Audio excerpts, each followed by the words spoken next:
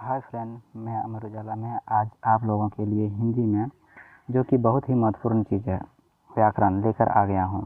मैं व्याकरण में संधि किसे कहते हैं इसकी पूरी जानकारी के साथ आया हूँ। संधि जो कि व्याकरण का एक मुख्य भाग है, उसे आज मैं समझाने जा रहा हूँ। इससे पहले आप लोग मेरे चैनल पर नए आए हैं तो मेरा चैनल अमर उजाला इनक्रेडिबल को सब्सक्राइब कर लें और बेल आइकन दबा दें ताकि नई वीडियो का नोटिफिकेशन आप तक पहुंच जाए। और अब चलिए वीडियो पे आते हैं, ज़्यादा टाइम वेस्ट ना करते हुए। अब वीडियो में देखिए कि मैं ये बताया हूँ कि संधि किसे कहते हैं। संधि किसे कहते हैं, ये बहुत ही इम्पोर्टेंट क्वेश्चन है। लगभग हर हिंदी का जो एग्ज़ाम होता है उसमें पूछा जाता है व्याकरण के रूप में। तो संधि किसे कहते हैं इसे देखिए, मैं पहले पढ़ता हूँ उसके बाद मैं समझाता हूँ।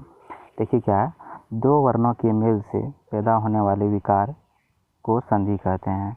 यहाँ जो ये शब्द जोड़ा हूँ, विकार का मतलब ही शब्द होता है, होता नहीं मतलब विकार मतलब होता है कुछ उत्पन्न होने के बाद जो निकलता है वो, तो वो उत्पन्न होता है क्या, शब्द उत्पन्न होता है। तो अब चलिए देखिए, दो वर्णों मतलब वर्ण तो हम पहले बता चुके हैं पिछले वीडियो में। वो जैसे कि महा जो है वो एक वर्ण है, तो दो वर्ण जैसे महा जोड़ ईश दोनों जो मिले तो उससे मेल है, मिलने से पैदा होने वाला विकार मतलब शब्द जो पैदा होता है उसी को संधि कहते हैं। अब जैसे मैं आप लोग देख लीजिए क्या दिया हूँ, महा जोड़ ईश बराबर महेश, उसके बाद है उप जोड़ इंद्र बराबर उपेंद्र और विद्या जोड़ आले बराबर विद्यालय। ये क्या है, शब्द है और ये जो है वर्ण है। ये दोनों मिलने के बाद ये बना हुआ है। ठीक, आप लोग समझ रहे होंगे। और इसके बाद देखिए मैं एक चीज़ और बताया हूँ कि नोट दिया हूँ कि संधि का अर्थ क्या होता है।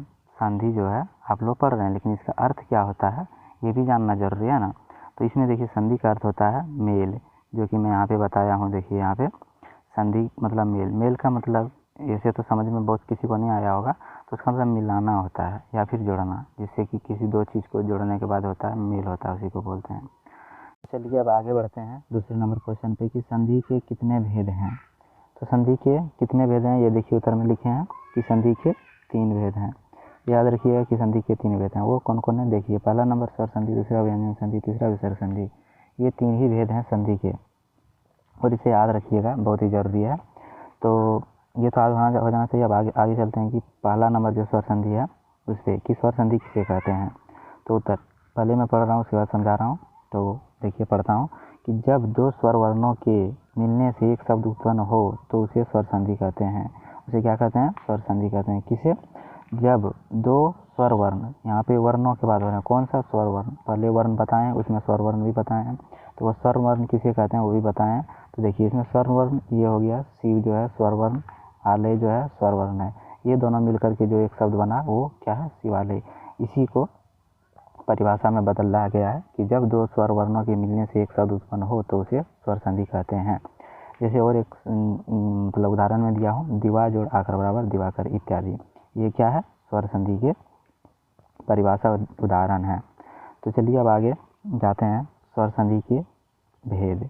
स्वर संधि के क्या है, भेद भी हैं। वो कितने भेद हैं, 5 भेद हैं। जैसे संधि के 3 भेद हैं उसी तरह स्वर संधि के भी 5 भेद हैं। इसे भी 5 भागों में बांटा गया है। पहला भाग है, पहला जो है देखिए इसमें कि कितने भेद हैं इसके। तो इसके भेद हैं, स्वर संधि के 5 भेद हैं। पहला है दीर्घ स्वर संधि, उसके बाद गुण स्वर संधि, वृद्धि स्वर संधि, यन स्वर संधि और अयादी स्वर संधि।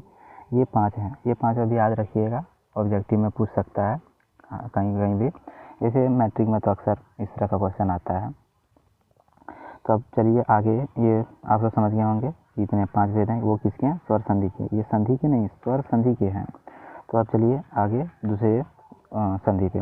दूसरा संधि है व्यंजन संधि किसे कहते हैं। तो इसका उत्तर है, जब दो व्यंजन या एक स्वर और एक व्यंजन वर्ण के मिलने से उत्पन्न शब्द को व्यंजन संधि कहते हैं।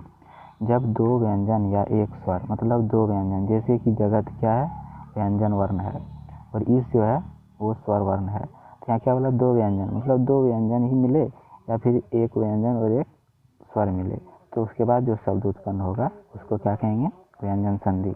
मतलब दो चीज़ से मिलेगा, एक स्वर और एक व्यंजन। दोनों मिलने के बाद जो शब्द उत्पन्न होगा उसी को स्वर संधि कहेंगे। देखिए फिर यहाँ पे एक और उदाहरण दिया हूँ। क्या है वो उदाहरण? उत जोड़ लास। उत भी क्या है? व्यंजन संधि, और लास जो है वो क्या है? स्वर संधि है। तो दोनों मिल करके क्या बना? उल्लास। ये जो शब्द मिला इसी को तीन मिलने से जो उत्पन्न हुआ उसी को क्या कहेंगे? व्यंजन संधि। तो आप लोग समझ गए होंगे, दो व्यंजन या फिर एक स्वर और एक व्यंजन, मतलब किसी तरह का भी मिले तो उसको व्यंजन संधि कहते हैं। अब आगे चलते हैं विसर्ग संधि। विसर्ग संधि किसे कहते हैं? इसे भी अच्छी तरह से बता रहा हूँ कि विसर्ग संधि उत्तर दिया विसर्ग और स्वर या व्यंजन के मेल से उत्पन्न शब्द को विसर्ग संधि कहते हैं। मतलब विसर्ग संधि, जो विसर्ग संधि है ये विसर्ग वर्ण भी होता है, एक तरह से होता नहीं, मतलब है विसर्ग वर्ण जो भी बताए हैं। विसर्ग वर्ण ये है, क्या है? विसर्ग दिया हुआ है, इसका मतलब ये विसर्ग वर्ण है। और ये आशा जो है क्या है? स्वर वर्ण है। और व्यंजन वर्ण तो ये नहीं है, व्यंजन वर्ण इसमें नहीं है। व्यंजन वर्ण ये है जिसमें व्यंजन लगा हुआ है छोटा सा। तो अब देखिए कि निह जोड़ आशा बराबर क्या बना? निराशा।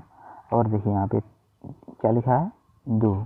दुह जो लिखा हुआ है, जो अंजोड़ ट बराबर दुष्ट होता है, तो यहाँ पे दुह जो है वो क्या है? विसर्ग वर्ण। और क्या है? स्वर वर्ण।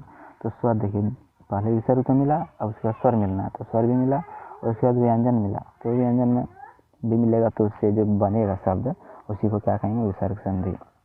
विसर्ग और स्वर या व्यंजन, मतलब विसर्ग और स्वर या फिर व्यंजन, दो स्वर या वर्ण व्यंजन दोनों में से कोई एक शब्द वर्ण रहेगा तो भी ये बनेगा क्या? विसर्ग संधि। तो इसमें जैसे में देखिए निह जोड़ आशा है बराबर निराशा, दुह जोड़ ट बराबर दुष्ट, फिर निह जोड़ चय बराबर निश्चय। ये 3 उदाहरण है इत्यादि, और भी इसमें यही उदाहरण दिए हैं। अब चलिए, थैंक यू